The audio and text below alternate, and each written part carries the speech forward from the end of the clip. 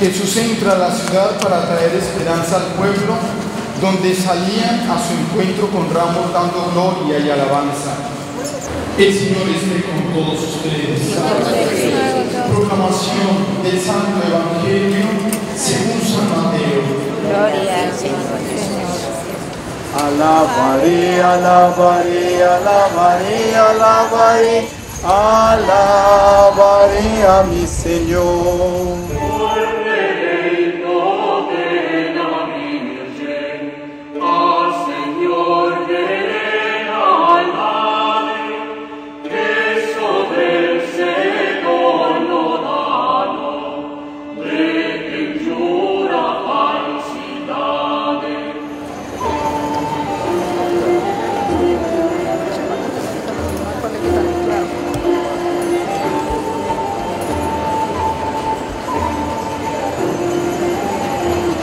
Mi nombre es Fray William Darío Hincapié Velázquez, soy agustino recoleto. Estoy en Paz de Ariporo, en el santuario de Nuestra Señora de los Dolores de Manare. Es un santuario que tiene una gran acogida mariana en todo Casanare, también en Arauca, en Villavicencio, lo que es Meta, y parte de Venezuela, de los llanos de Venezuela, porque esta Virgen fue traída por los padres jesuitas, por el padre Gumilla en el año 1712. Sí, el padre Gumilla, digamos que es de los cronistas de toda esta historia jesuita. Él escribió esas crónicas.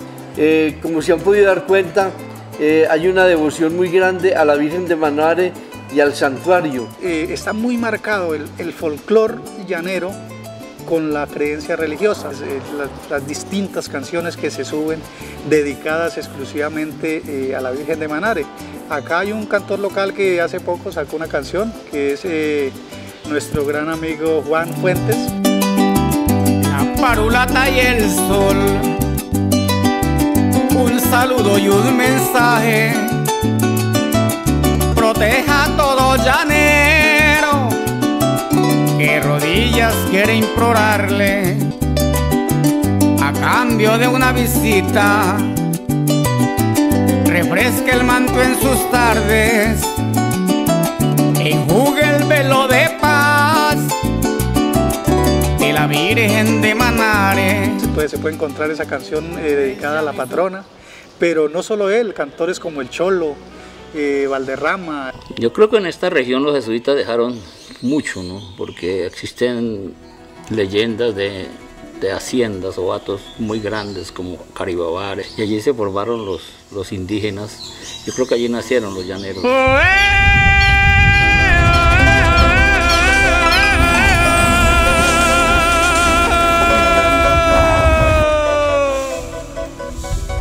El jesuita le enseñó la organización a los llaneros, al indígena que después volvió llanero, creo yo.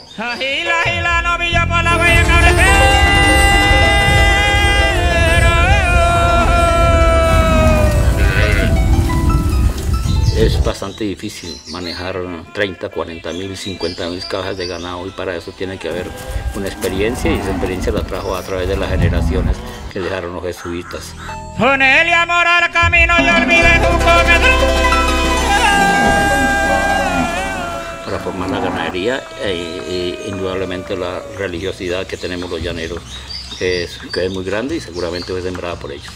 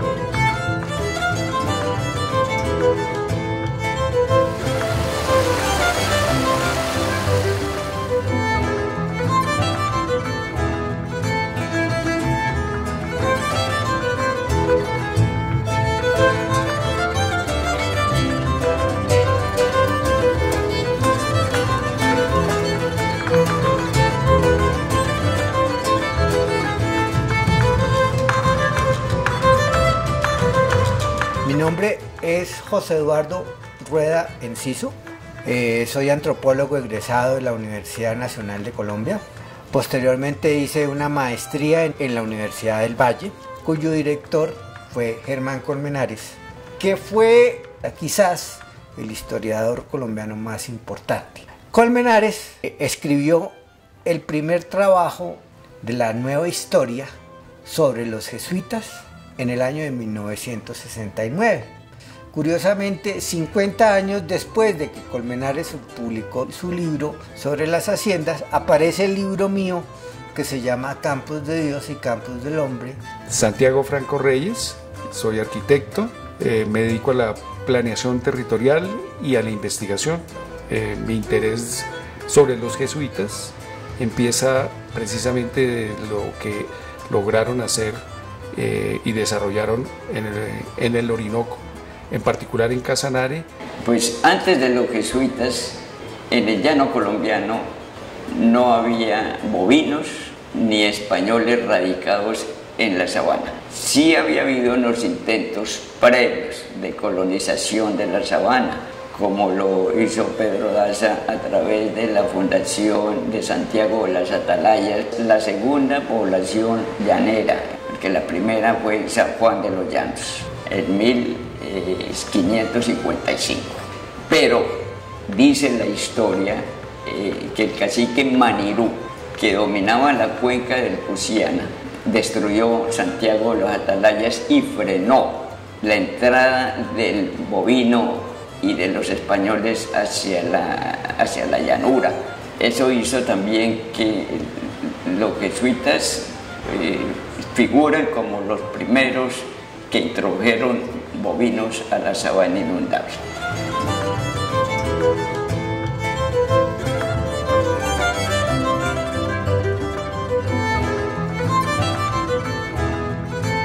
Ellos no tenían la dimensión que representaba esta región de sabana inundable entre Casanare y Arauca, que abarcan 5 millones de hectáreas. Yo soy Hugo Huerta Ramírez, llanero, dedicado al sector ganadero.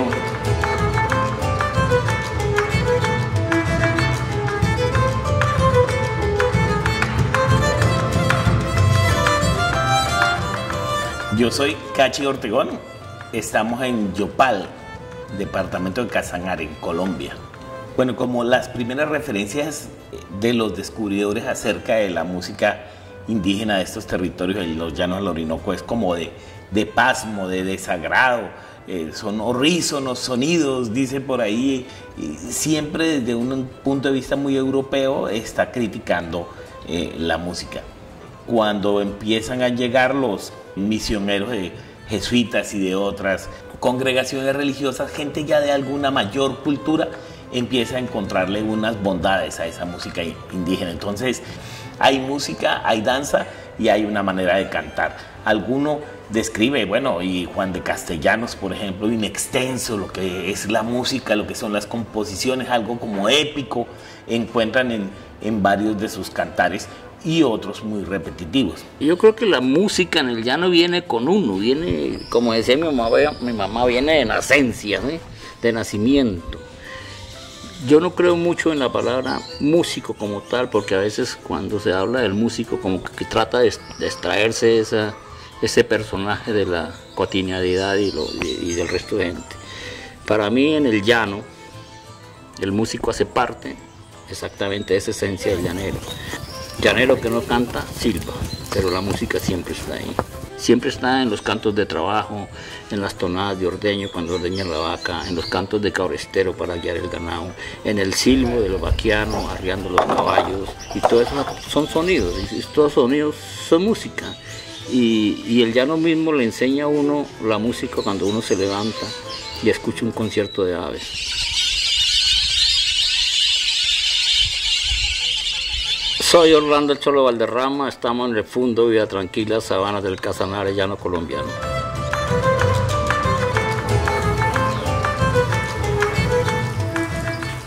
En 1621, el arzobispo de Santa Fe, Hernando Arias de Ugarte, en su visita pastoral a la región de Chita y los llanos del Casanare, concibió el proyecto de confiar esas regiones a la Compañía de Jesús. Entonces los jesuitas les entregan esas doctrinas y empiezan a hacer su labor pastoral ahí, en edificios, en templos que ya estaban construidos.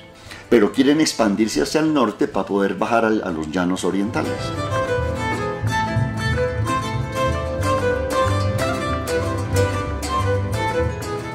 Y deciden abrir el colegio de Tunja, importantísimo colegio.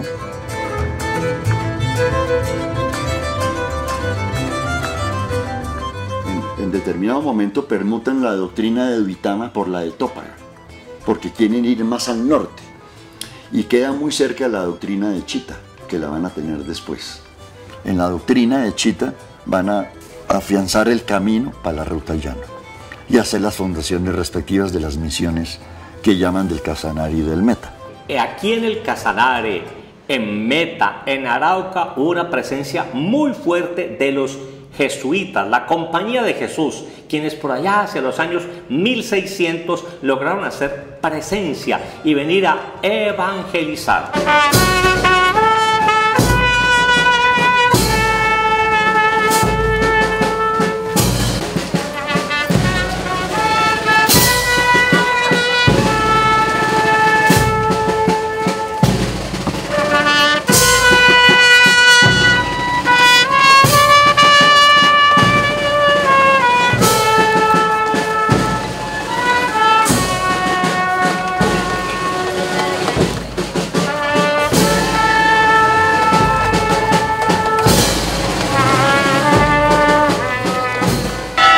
Las misiones jesuíticas en los llanos del Casanare y el Meta.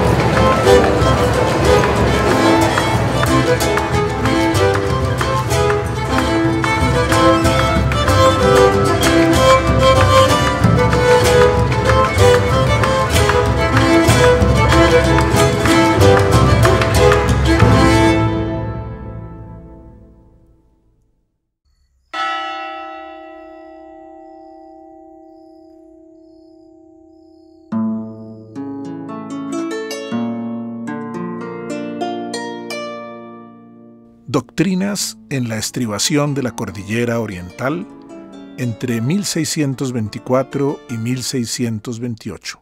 Primera etapa.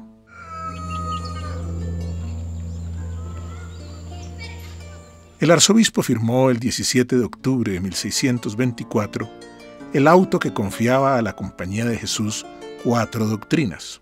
La doctrina de Chita, a cargo del padre Miguel Jerónimo de Tolosa. La doctrina de Támara, a cargo del padre José Dadei, la doctrina de Morcote, a cargo del padre Diego de Acuña, y la doctrina de Pauto, a cargo del padre José de Tobalina. Entonces cogen la doctrina de Chita, la de Támara, Morcote y Pauto. Entonces tienen esas doctrinas que ya los empieza a acercar al llano o se empiezan a meter ya al llano, a la entrada del llano, y ahí les entrega en 1624 el arzobispo Arias Bugarte la doctrina de Chita, que es al norte de Tópaga, cerca de la Sierra Nevada del Cocuy, que queda en la cordillera, un sitio muy frío, de 3000 y pico metros. Estos jesuitas encuentran en el altiplano, en Duitama, en Tópaga y en Chita, lo necesario para empezar a desarrollar la bajada por el eje. Pero por ahí baja el camino al llano, un camino que existía tradicionalmente, y es la ruta de entrada al llano fácil.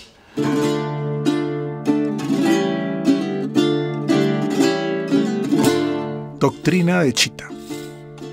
El encomendero principal de la provincia de Tunja y los Llanos en 1563 fue Gonzalo Jiménez de Quesada, quien residió en esta población de montaña.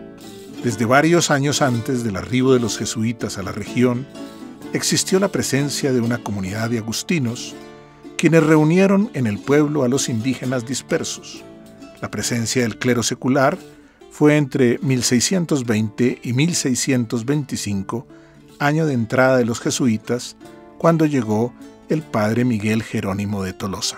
Podemos citar el documento Descripción de la Iglesia de Chita en 1635, donde se aprecia algo de la huella de los jesuitas. En el repartimiento de Chita, a 4 de octubre de 1635, en los 3 años de presencia de los jesuitas en Chita, iniciaron la construcción de un templo que luego terminó el padre Pedro Guillén de Arce y que fue posteriormente destruido por la tempestad de 1706.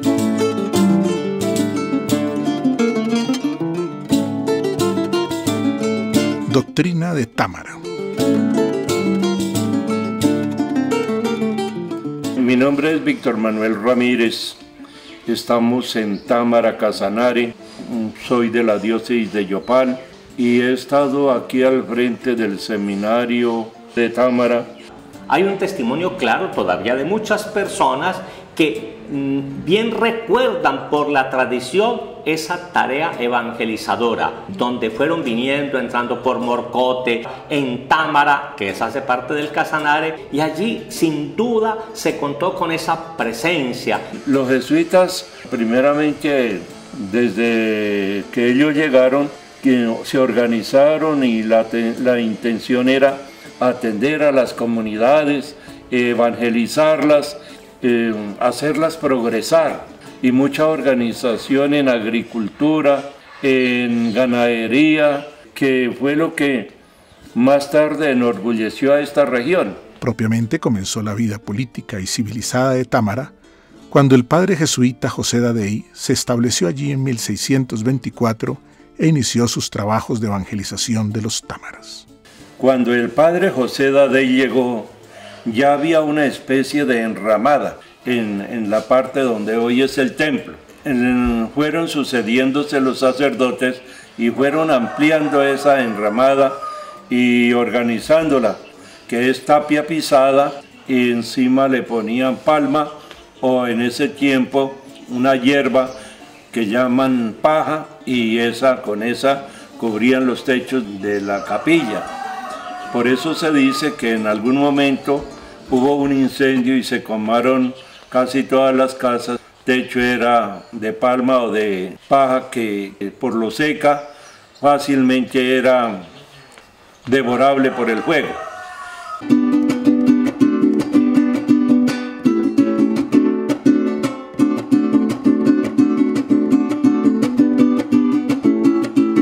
Y el padre José Dadey, con sus dones de músico y de cantante, fue atrayendo a los indígenas, a las comunidades, por la novedad de los instrumentos musicales y por las melodías.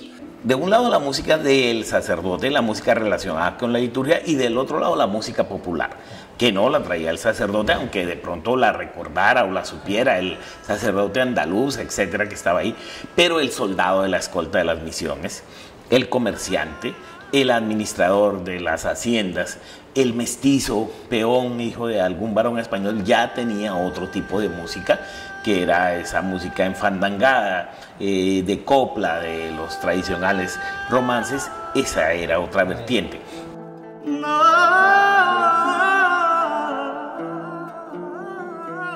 El fandanguito se canta con desbocada pasión, arrugado el corazón y anudada la garganta. El fandango de Scarlatti y en el del Padre Soler.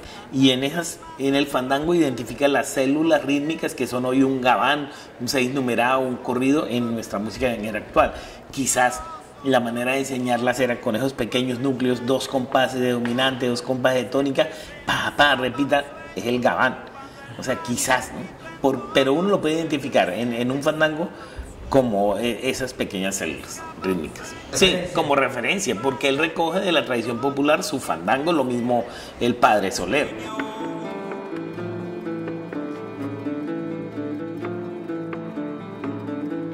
la con aprovechamiento del instrumental que estaba dispuesto para la liturgia, el acompañamiento del rito católico, las violines, las violas, los instrumentos de viento, el arpa. Yo me llamo Januario Soliocó Paticó, nacido en Santa Ana el 17 de octubre del año 1932. Tuve muchacho acompañando con los viejitos antes, los que eran maestros de aquí de la iglesia, cantores, violinistas. Y me interesó mucho y he seguido hasta ahorita. Cuando murieron los viejitos, me dieron el cargo para mí, que soy yo maestro capilla de Santa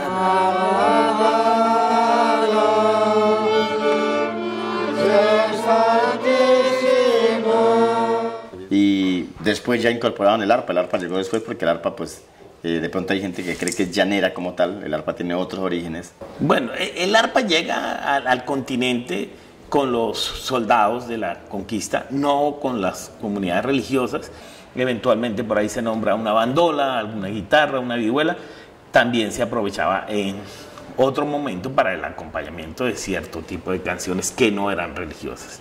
Y la maraca, ¿no?, al lado. La maraca llega a los llanos, se dice que entró primero por los llanos venezolanos, pero la maraca llanera como tal es de origen indígena. Se decía que antiguamente la maraca la usaba el capitán del resguardo de la comunidad y él arrancaba con sus rituales.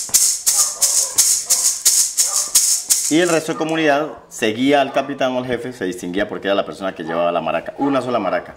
La misma maraca del hechicero indígena se convierte en la facilidad del acompañamiento del joropo, de la percusión, de una base rítmica, como de un compás y un acompañamiento ahí.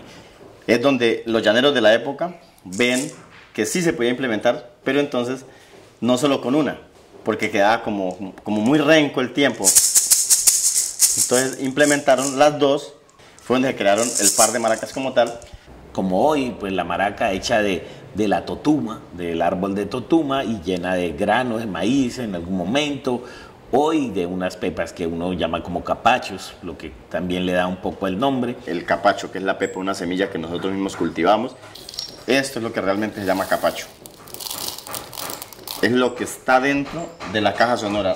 En sí el instrumento se llama maraca, cargada con capacho, con esta pepita negra, que es una semilla natural. Y hoy por hoy se van implementando otros instrumentos como uno que se está rescatando mucho aquí en Paz de Ariporo, incluso denominado la cirrampla. Algún instrumento de cuerda que era como lo que se llamaba una marimba, como esa cirrampla, un instrumento de una cuerda única, como un arco de boca, que están tanto en muchas otras zonas de América, ese arco de boca muy primitivo.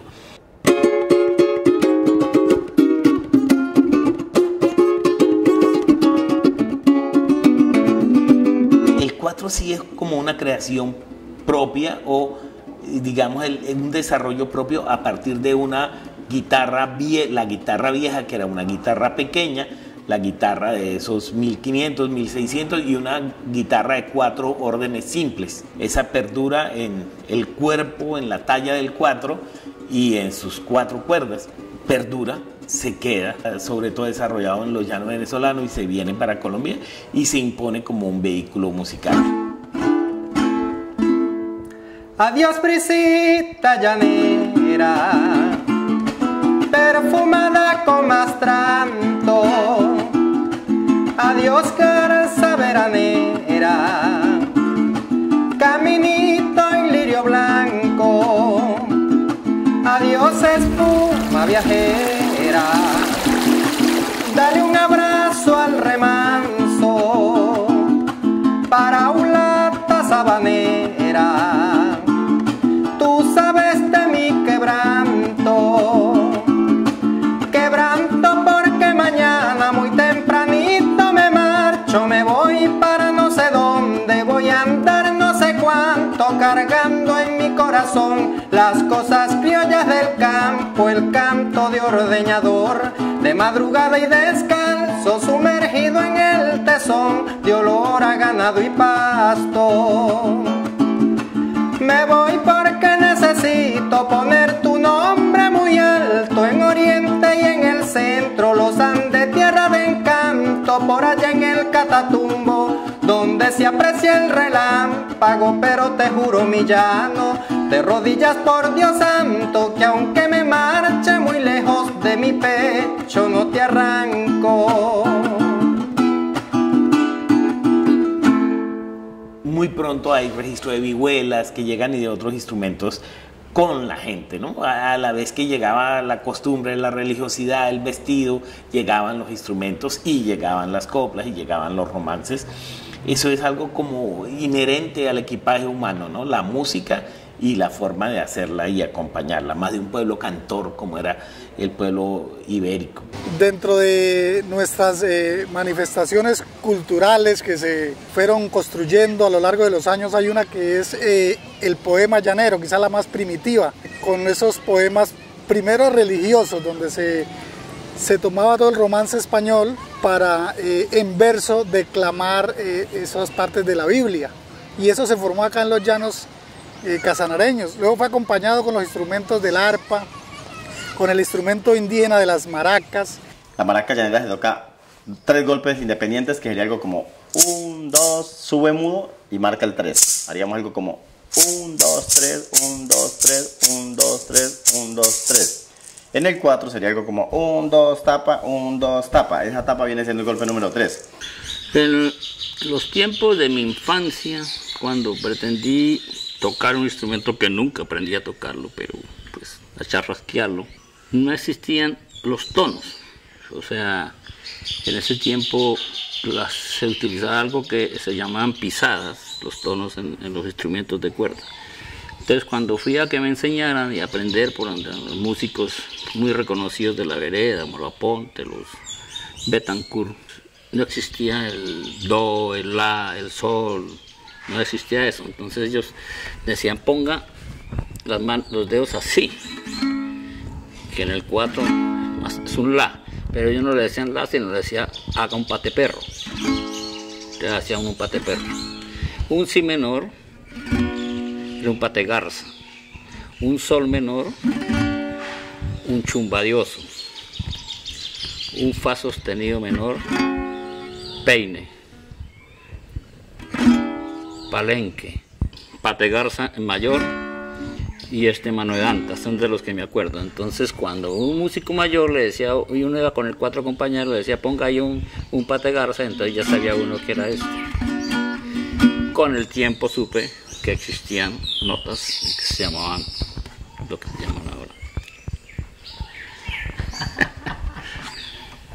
Cuando digo que el poema llanero es la base principal, es en el sentido que conserva primero el romance español, ¿no? Los versos, octosílabos, y luego esas estrofas de 4 en 4 que nos permiten musicalizarlos. Entonces, perfectamente los cantores llaneros toman este poema y lo cantan en melodías que son el joropo, el pasaje, el contrapunteo, los gabanes, las periqueras, todos estos ritmos que se basan en esa estructura métrica. De ahí que es como digamos, la base principal de toda nuestra estructura musical, muy antigua por cierto, pero que yo valoro ese sentimiento, porque seguimos conservando esa vida pastoril, bucólica, nuestra ganadería, nuestros campos, nuestros ríos, nuestros paisajes, y yo digo que el poema llanero no debe desaparecer, ¿no? Porque es ser llamado a predicar y a cultivar esos valores, y esos valores culturales también tan necesarios para nuestra propia identidad. Soy un hombre campesino, veguero hasta los sobacos.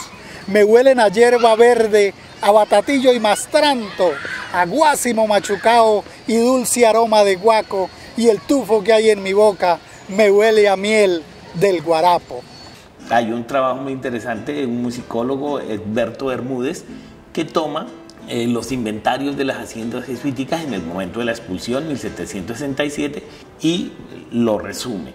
Y lo que más abundaba era violines, en segundo lugar arpas, en tercer lugar violones o violonchelos.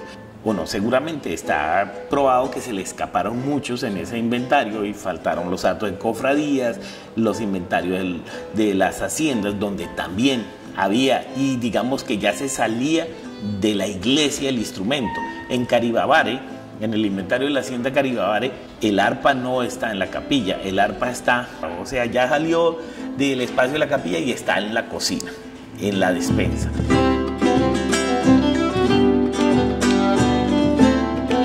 Y yo me imagino que algo que era muy fácil de repartir y que quedara en manos de sus alumnos, de sus neófitos, eran los instrumentos musicales. Entonces ahí también se echaron a rodar esos instrumentos. Entonces había digamos, un sustrato disponible de instrumentos para tocar lo que ellos quisieran.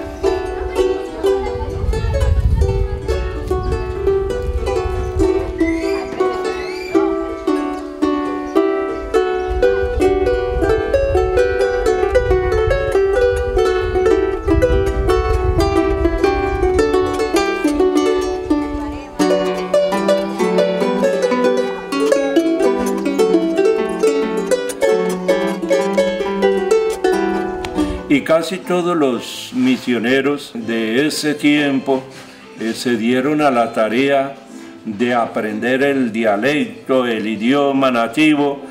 Muchos compendiaron gramáticas y trataron de meterse mucho en la cultura de las comunidades para hacerse entender y también para poderlos ayudar. En poco tiempo, los padres dominaban varios dialectos. El padre Dadei editó una gramática, un diccionario y un catecismo en la lengua de los indígenas de Paya.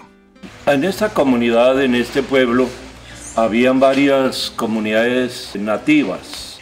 Aquí hubo, los más notorios era la comunidad de los Achagua.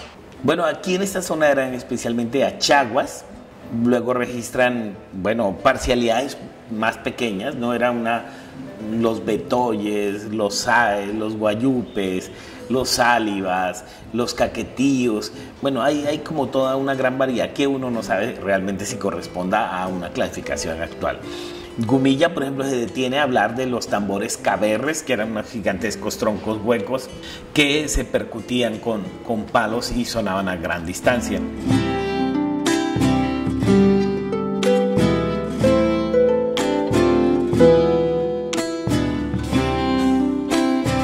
Digamos, Gumila utiliza una danza tradicional, un canto tradicional para hacer algo de la doctrina católica y se vuelve un elemento muy importante, sobre todo con el aliciente de que en esos primeros encuentros hay una gran respuesta, una respuesta de calidad por parte de los grupos indígenas.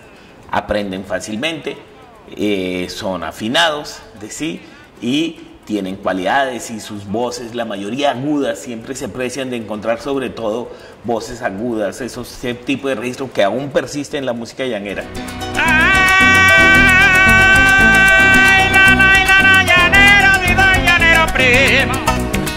Y el que quiera comprobar, que vaya para Casanare, pregúntenle a Pastor Fausto cómo aprendí desde niño. En los pueblos indígenas, en las misiones, quizás en los atos también, en las haciendas jesuíticas, siempre la música, hay una escuela de música, hay un horario para la música y se va construyendo una élite, no solo de cantores, sino una élite de maestros que después multiplican, maestros indígenas, multiplican y van enseñando a otros, van transmitiendo esos conocimientos. Creo que es también Gillig el que dice que es una nación hecha música. Y luego, la gran mayoría de viajeros no religiosos, todos, siempre registran con pasmo que hay en las misiones un gran espíritu musical, que las misas se acompañan con los instrumentos, hay registro de construcción de instrumentos en esas zonas con maderas de la región, que sea la música un elemento importante de ese proceso.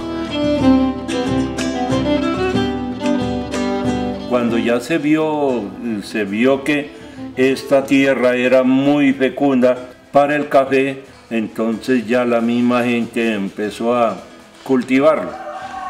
Pero inicialmente sí fue como silvestre, por eso aún hoy día se encuentran fincas con esa clase de café que lo llaman arábigo, que es muy silvestre. Y es muy apetecido ese café porque no tiene ningún contagio de químicos o de cualquier elemento industrializado que le quite el sabor. Ya la organización como cultivo y como fuente de ayuda económica la implantaron los sacerdotes, los jesuitas. Inclusive hay un comentario en la historia de la cooperativa de caficultores.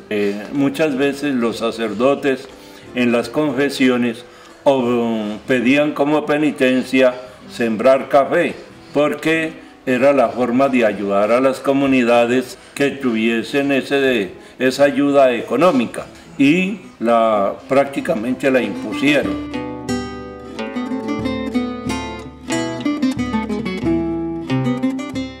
Después de la salida de los jesuitas en 1628, Támara pasó al cuidado del clero secular hasta 1639, cuando fue reemplazado por los agustinos. Los misioneros agustinos construyeron una iglesia amplia de 3 naves que reemplazó la antigua, pequeña y pobrísima. El templo reemplazado por los agustinos fue el que dejaron los jesuitas en el momento de su salida de la doctrina.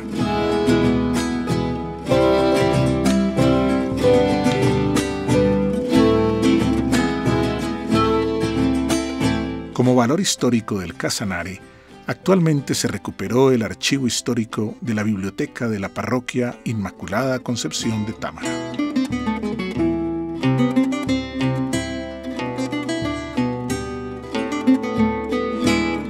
Bueno, mi nombre es Gerson Leonardo Jara. En este momento nos encontramos en lo que es el archivo histórico de la población de Támara.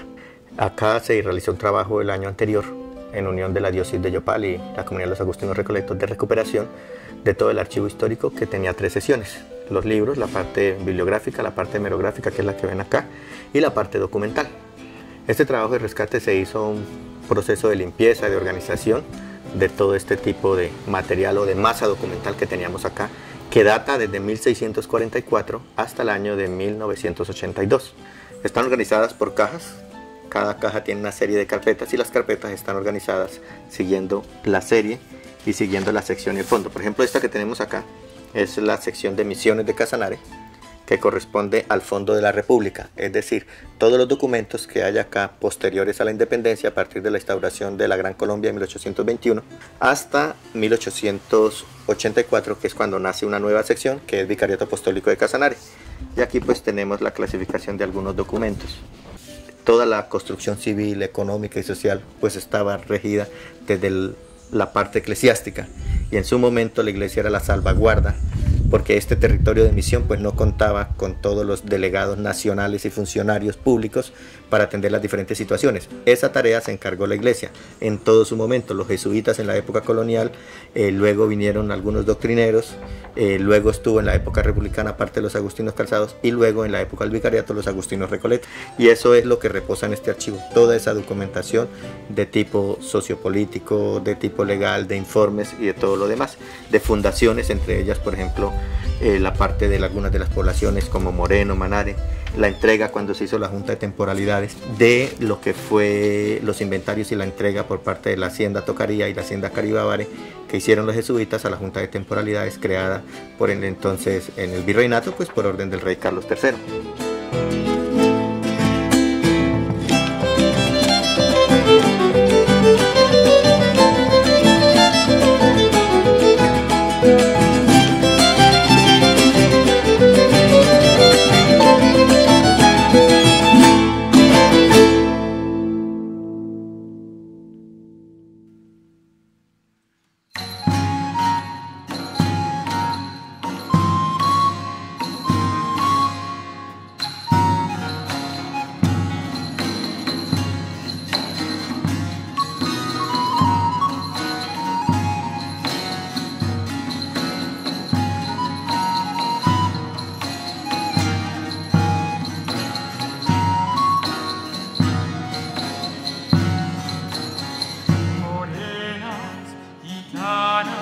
Hermosas, trigueñas, del Dios que ha nacido, cantemos grandeza.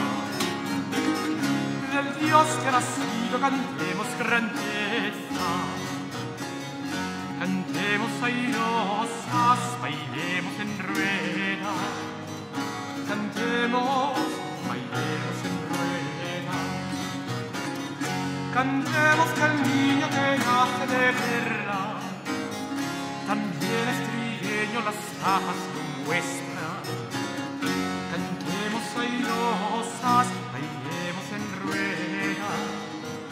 Cantemos, bailemos, más ande la rueda, que el niño se alegra, que el niño se alegra.